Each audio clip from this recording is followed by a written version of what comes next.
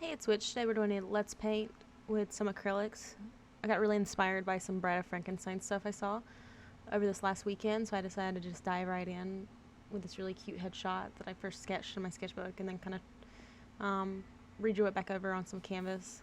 I really enjoy the imagery of the Bride of Frankenstein with like the green skin and the really poofy black hair, but I decided to go a kind of different route. I drew her hair up in like a ponytail.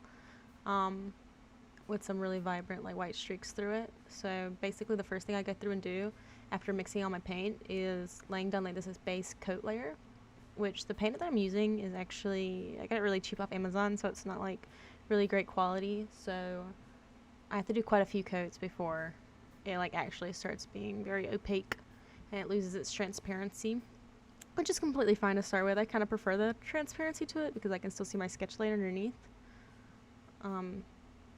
So filling in like little details and these tiny gaps and stuff is a lot easier when I can still see like the blue sketch underneath.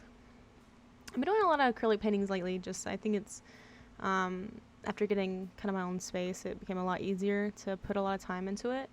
Because before, like I didn't have the space to be painting, and now that I do, I definitely have been doing a lot more. I'm kind of rolling through my stockpile of canvases a lot faster than I would think.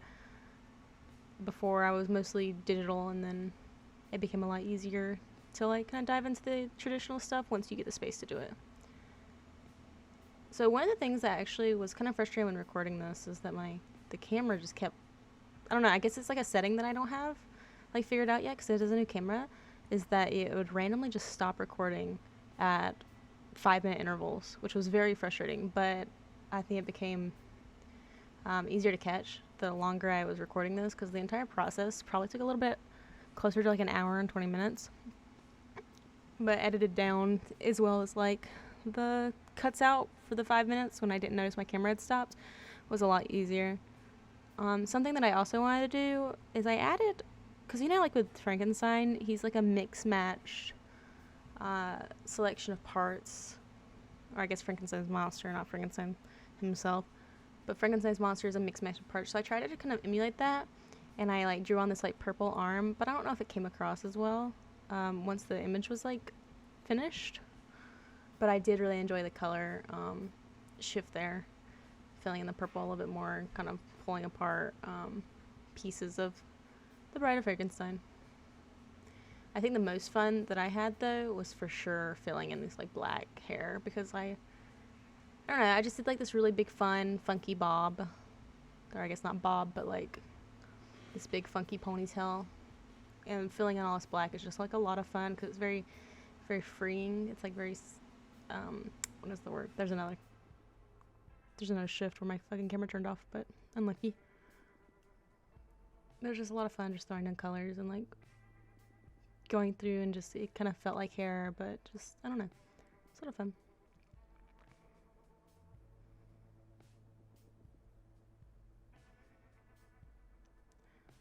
Something that I didn't quite know what I wanted to do with was the mouth. I ended up going with the black for just like black lipstick, which I felt like added a lot of depth to the character and made her really, I don't know, it was adorable to me.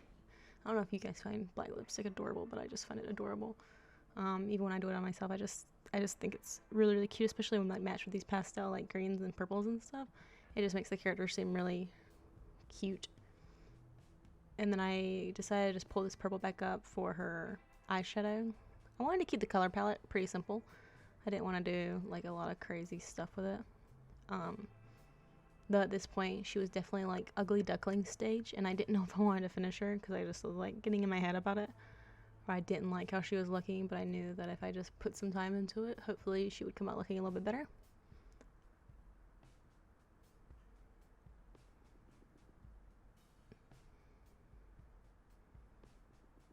It makes out this much lighter purple for her blouse thing.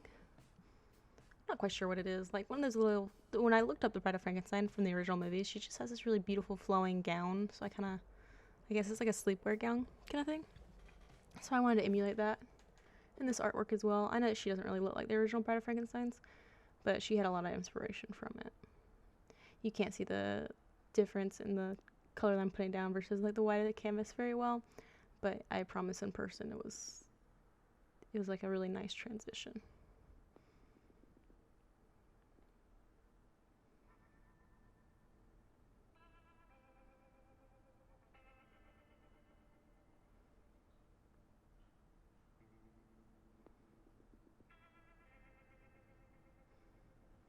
Mix up a little bit darker green to go ahead and pick out some details. Her irises, or I guess her eyes just in general. Shadows. I didn't want it to be very heavily like lined. I didn't want to do like really thick line work throughout the piece. I just kind of wanted there to be a difference where it starts to like her body starts to like crowd up on itself, I guess, which I think this does really well at. I didn't want everything to be like really thick and chunky.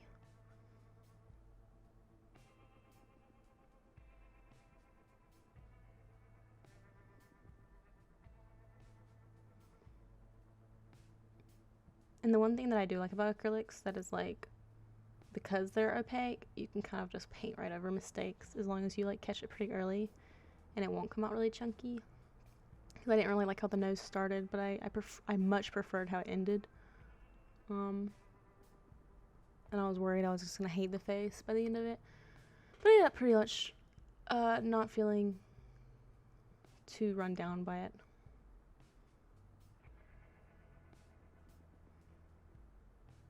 And I was blending in the next shadow, which is a little bit harder once the paint started to dry. But I don't think that it came out that bad for it to be a little afterthought after I'd already put it down.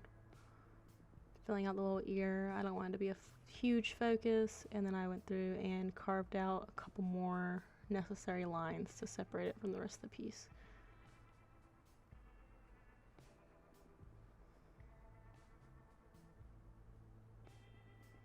Trying to blend out this acrylic as best as I can over already dried acrylic. I wasn't a huge fan of the canvas coming through, like the canvas texture coming through these really fine layers. But after I went through and did it more throughout the piece, I was kind of vibing with it. I felt like it added a lot of like really interesting texture and what's the word? And like it made the piece and the character like feel more form-fitting and stuff.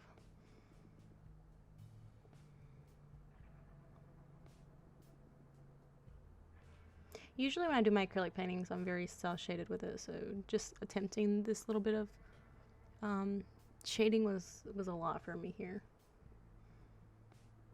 I usually prefer to paint digitally on my Wacom more than I prefer to paint traditionally.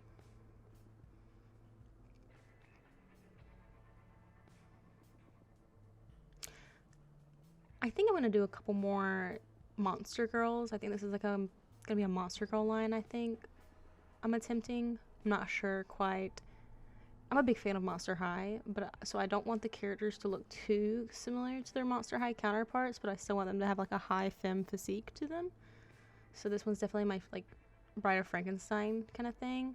And then I think next I might be going in for maybe a werewolf girl or a vampire or just something like that of that nature. I think that'll be a lot of fun and it'll be a really interesting line of paintings once I'm done. What you guys think would be a really good Monster Girl addition to that? Like obviously I want to do the really common ones, but I would also like to get some like random, not so seen ones. Maybe like a Miss Mothman or something. I think that would be a lot of fun. I just would have to see where the inspiration kind of takes me.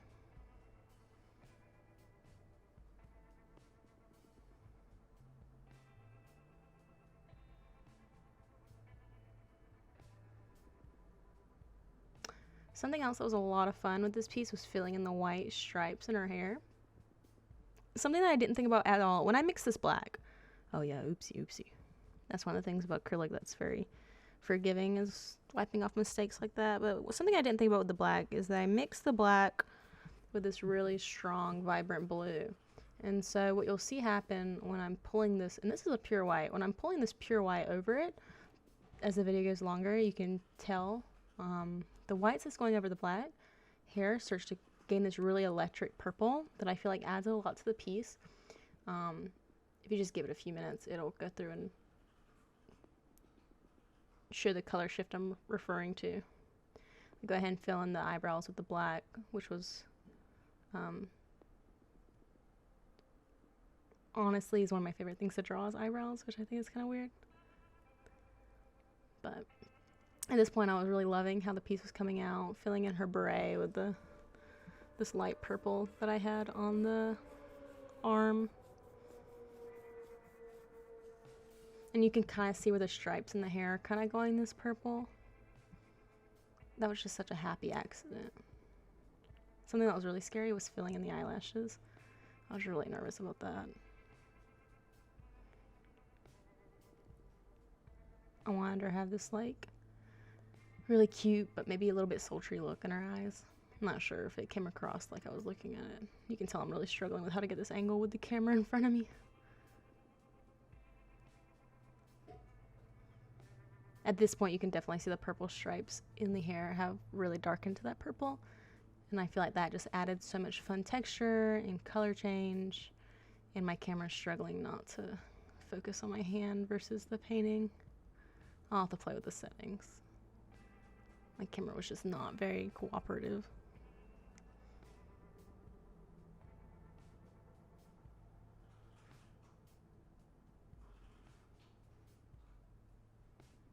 I'm trying to fix where some of the green got kind of dark because of color mixing throughout the skin. And then I'm adding her little stitches, which I thought were adorable.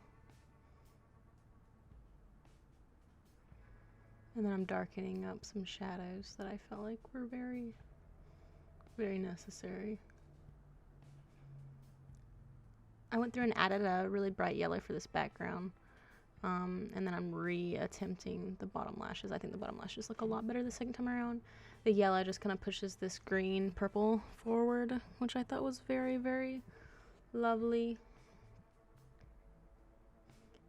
And then once I've got the yellow down, I can go through and do these really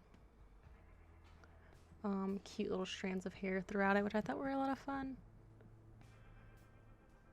And then once I pick up, that little bit of yellow, I can also go through and add highlights through the skin and the hair to kind of pick apart this blob, because at this point the blob of hair kind of, you can't quite tell where her ponytail is versus the rest of her.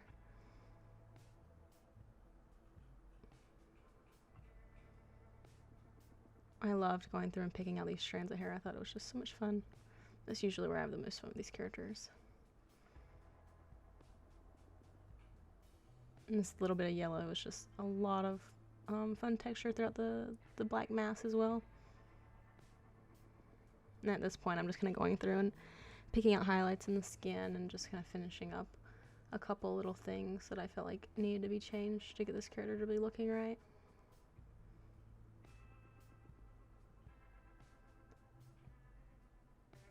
But yeah, thank you guys so much for sitting through my process and listening to me ramble about this character.